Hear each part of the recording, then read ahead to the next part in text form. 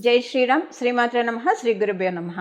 2025 సంవత్సరం జూలై మాసం 20వ తారీఖు నుంచి జూలై 26వ తారీఖు వరకు కూడా ఈ వారం యొక్క వార ఫలాలు ఎలా ఉండబోతున్నాయి, ద్వాదశ రాశుల వాళ్ళకి, ద్వాదశ లగ్నాల వాళ్ళకి ఈ వారం యొక్క వార ఫలితాలు, అలాగే గోచారంలో గ్రహదేవతలు ఏ ఏ స్థానాల్లో ఉన్నారు, ఏ ఏ స్థానాల్లో స్థితులయ్యి ఈ వారము అందరికీ కూడా శుభ ఫలితాలను కావచ్చు లేదా ఏవైనా జాగ్రత్తలు కావచ్చు, ఏవేవి సూచిస్తున్నారో ఇవన్నీ ఒకసారి మనం విహంగ వీక్షణం చేద్దాము.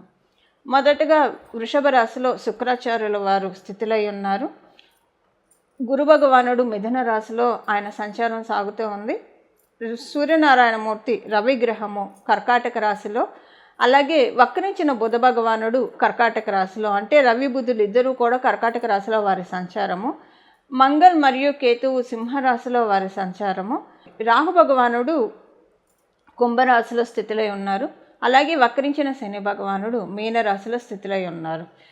ఈ గోచార గ్రహస్థితులను అనుసరించి ఈ వారం యొక్క వార ఫలితాలు ద్వాదశ రాశుల వాళ్ళకి, ద్వాదశ లగ్నాల వాళ్ళకి ఎలా ఉండబోతున్నాయో మనం ఇప్పుడు చూద్దాం. మొదటగా అసలు ఈ వారం యొక్క విశిష్టాంశం మనం ఒకసారి చూసుకుంటే, శుక్రాచార్యుల వారు స్వస్థాన గతిలో ఉండడము, అలాగే చంద్ర భగవానుడు మేషరాశి నుంచి కర్కాటక రాశి వరకు కూడా ఈ వారంలో చుట్టారు, అంటే 4 రాశులను ఆయన చుట్టి వస్తారు. ఈ వారం యొక్క విశేషాంశము శుక్రాచార్యుల వారు ఆయన స్వరాశి అయిన వృషభ రాశిలో ఉండడము. ఈ వృషభ రాశికి శుభకర్తరి శుక్రాచార్యుల వారు ఆ రాశిలో స్థితిలో ఉన్నారు.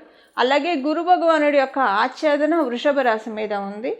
గురు భగవానుడి యొక్క పంచమ దృష్టి శుక్రాచార్యుల వారు ఇంకొక రాశి అయిన తులారాశి మీద ఉంది.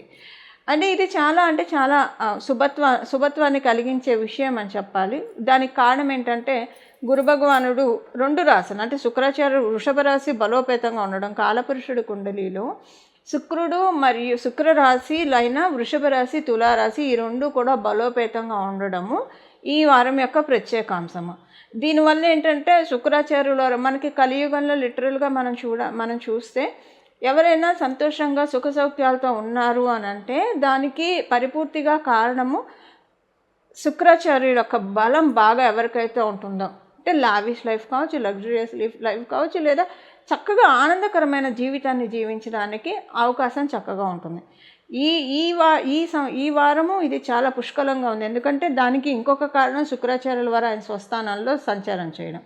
ఈ గోచార గ్రహస్థితులను అనుసరించి ద్వాదశ రాశుల వాళ్ళకి, ద్వాదశ లగ్నాల వాళ్ళకి ఎలాంటి ఫలితాలు ఉన్నాయో ఇప్పుడు మనం చూద్దాం. వృషభ రాశి, వృషభ లగ్నంలో పుట్టిన వారికి ఈ వారం యొక్క గోచార గ్రహస్థితుల ఫలితాలు.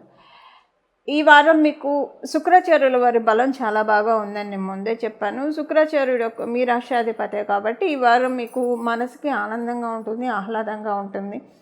ఏదేమైనా కూడా చాలా, అంటే అంతకుముందు విషయాలు ఏవైనా బాధిస్తూ ఉన్నా ఏవి కూడా ఈ వారం మీరు లక్ష్య పెట్టరు. మనసుని చాలా స్ట్రాంగ్గా చేసుకునే సమయం ఇది. చాలా స్ట్రాంగ్ అవుతుంది. అంటే మీరు ఒకవేళ సెన్సిటివ్ మనస్తత్వం కలవాళ్ళు అయినా సరే ఈ వారం మీకు, అంటే మన మనసే మనకి మిత్రుడు, మన మనసే మనకి శత్రువు. మన మనసుని చెప్పిన దాన్ని బట్టే మన ఇది ఉంటుంది. మన ఆనందం కావచ్చు, మన దుఃఖం కావచ్చు, ఈ 2 కూడా మనసు వల్ల ఆధారపడి ఉంటుంది. మీ మనసు ఈ వారం చాలా స్ట్రాంగ్ అవ్వడం వల్ల ఏదైనా ఒక ఇబ్బంది, పాత విషయాలు కావచ్చు, ఏవైనా మిమ్మల్ని బాధిస్తూ ఉంటే గత కొంతకాలంగా దాంట్లోంచి చాలా స్ట్రాంగ్ అవుతారు. చాలా స్ట్రాంగ్ అయ్యి వాటన్నిటినీ కూడా, ఈ బ్యాడ్ టాక్సిన్స్ వీటన్నిటినీ కూడా మనం ఫ్లష్ అవుట్ చేయాలి అని ఫ్లష్ అవుట్ చేసే విధంగా ఈ వారం మిమ్మల్ని గోచార గ్రహదేవతలు దీవిస్తున్నాయి. ఆర్థికంగా చాలా చక్కటి శుభ సమయం ఈ వారము. ఉద్యోగస్తులందరికీ కూడా ఈ వారంలో ఒక మంచి, అంటే శుభత్వాన్ని ఇచ్చే అంశాలే చోటు చేసుకుంటున్నాయి ఉద్యోగస్తులందరికీ. ఉద్యోగంలో కొంచెం చిన్న మిస్టేక్స్ ఉండే అవకాశం ఉంది. ఇది చూసుకోండి. మీరు బయోమెట్రిక్ వేసేప్పుడు కరెక్ట్గా మీ అటెండెన్స్ పడిందా లేదా, అంటే మీ అటెండెన్స్ కరెక్ట్గా ఉందా లేదా అన్నది చెక్ చేసుకోండి. అటెండెన్స్ రిలేటెడ్ ఇష్యూస్ ఉద్యోగస్తులకు తలెత్తుతాయి. ఇది ఈ వారంలో జరగచ్చు, లేదా గత వారాల్లో కావచ్చు. గత వారాల్లో జరిగింది మీరు అటెండెన్స్ రిలేటెడ్ ఇష్యూ కావచ్చు, లేదా మీరు ఎప్పుడైతే లీవ్ పెట్టడం, అంటే చెప్పడం మర్చిపోయి మీరు చెప్పాను అనుకొని మానేసిన ఆఫీసు, వాటికి సంబంధించిన ఇబ్బందులు కొంత తలెత్తుతాయి ఈ వారము. ఒక రకంగా చెప్పాలంటే, సింపుల్గా చెప్పాలంటే, హెచ్ఆర్ తోటి మీకు కొంత వాగ్వివాదాలు అవుతాయి. అది మీ అటెండెన్స్ రిలేటెడ్ విషయాల్లో కావచ్చు, లేదా ఇంకే ఏ విషయాల్లో అయినా సరే వాగ్వివాదాలు స్వల్పంగా తలెత్తుతాయి. ఇవి ఈ వారం వరకే ఉంటాయి. మళ్ళీ నెక్స్ట్ వారం, ఆ పై వారం క్యారీ అవ్వవు. ఇదొకటి. మీరు ఒకవేళ ఇంటర్వ్యూ ఇస్తూ ఉంటే హెచ్ఆర్ రౌండ్ వచ్చినప్పుడు, అంటే ఇప్పుడు చాలా రౌండ్స్ ఉంటాయి, ఇందులో హెచ్ఆర్ రౌండ్ వచ్చినప్పుడు మీరు చాలా కేర్ఫుల్గా ఉండాలి. చాలా అటెన్షన్తో మీరు ఉండాలి. చాలా సిల్లీ క్వశ్చన్స్ అడుగుతారు, అవే మీరు ఆన్సర్ చేయలేరు. చాలా పెద్ద పెద్దవి అడిగినవి, ప్రొడక్టివ్గా అడిగినవన్నీ కూడా టపా చెప్పేస్తారు. లాజిక్ ఇన్వాల్వ్ అయినవి సింపుల్ క్వశ్చన్స్ ఆన్సర్ చేయలేక ఇబ్బంది పడతారు. ఈ విషయంలో కొంచెం జాగ్రత్తగా ఉండండి. హెచ్ఆర్స్ తోటి చాలా జాగ్రత్తగా ఉండాల్సిన వారం ఈ వారం. వృషభ రాశి, వృషభ లగ్నంలో పుట్టిన వాళ్ళు. వ్యాపారస్తులకి అంతా బాగానే ఉంది. వ్యాపారస్తులకి కొంచెం ఏంటంటే, వ్యాపారస్తులకి ఈ వారము మీకు కొంచెం డిటాచ్ అయినట్టు అనిపిస్తుంది. డిటాచ్ అంటే వ్యాపారం అంతా బాగానే సాగుతూ ఉంది, ఇంకా ప్రోగ్రెసివ్ మోడ్లో మీరు పెట్టుకోవచ్చు మీ వ్యాపారాన్ని. సరే సాగుతుంది కదా, పర్లేదు, ఇలా వెళ్ళిపోతుంది కదా, ఇలా వెళ్ళనిద్దామని కొంత మిమ్మల్ని మీరు ఈ వారం రిలాక్స్ మోడ్లోకి వెళ్తారు. డిటాచ్ అంటే ఇలా కూడా ఉండొచ్చు. రిలాక్స్ మోడ్లోకి వెళ్ళి వ్యాపారాన్ని పట్టించుకుంటారు, కానీ పూర్తిగా శ్రద్ధ అయితే పెట్టరు. తగు శ్రద్ధ మాత్రమే తీసుకుంటారు, పూర్తి శ్రద్ధ మటుకు పెట్టరు.